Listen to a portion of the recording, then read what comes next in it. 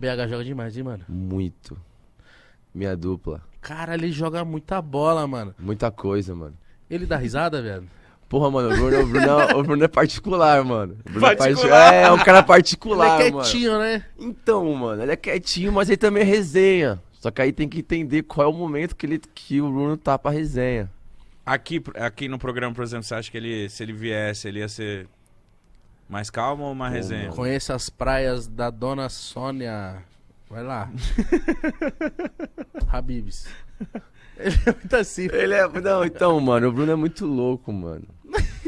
É o jeitinho Eu dele. vou contar uma coisa que eu não poderia contar, mas eu vou contar. Ninguém vai ser preso. Não. Então, ótimo. Então tá tranquilo.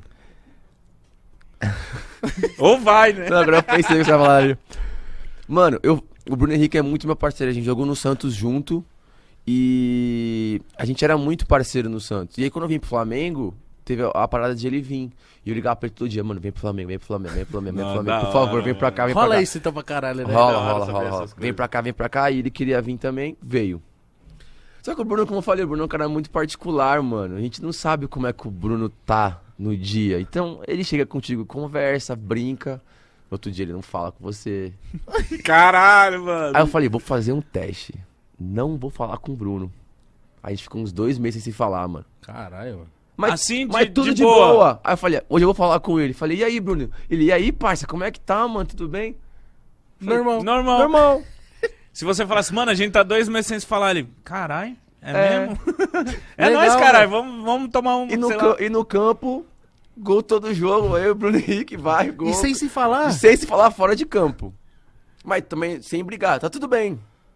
Que doideira, mano. Ah, o Bruno é louco. E pra ele nem percebeu. Nem percebeu, tava tudo bem. Que doideira, mano. Que doideira. Cada um tem o seu Então, jeitinho. 2 meses sem se Ele falar, deve ser, Bruno. ele é ariano? Não. Qual que é o signo dele?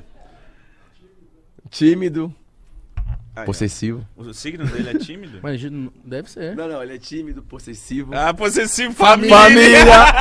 Pô, Corajoso. Essa resenha é muito boa, confia em mim. Chega aí, e aí, qual é o teu signo? Puta que pariu. Família.